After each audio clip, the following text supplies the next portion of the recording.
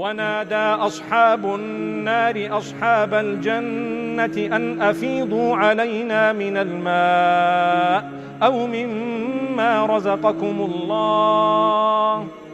They will say, the people of hellfire will say to those of paradise, can you please pour on us a little bit of water or anything that you can grant us on this day from what Allah has given you?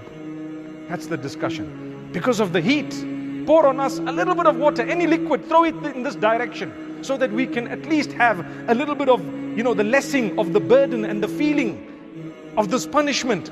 قالوا إن الله حرمهما على الكافرين الذين اتخذوا دينهم لهوا ولعبا وغرتهم الحياة الدنيا.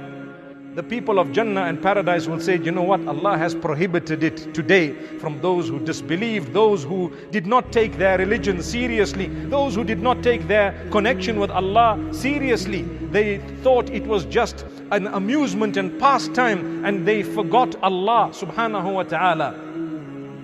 And they just played on earth. They amused themselves, and that's it. They didn't prepare for this day. Yet they were warned again and again. And Allah subhanahu wa ta'ala says, فَالْيَوْمَ نَنْسَاهُمْ كَمَا نَسُوا لِقَاءَ يَوْمِهِمْ هَذَا.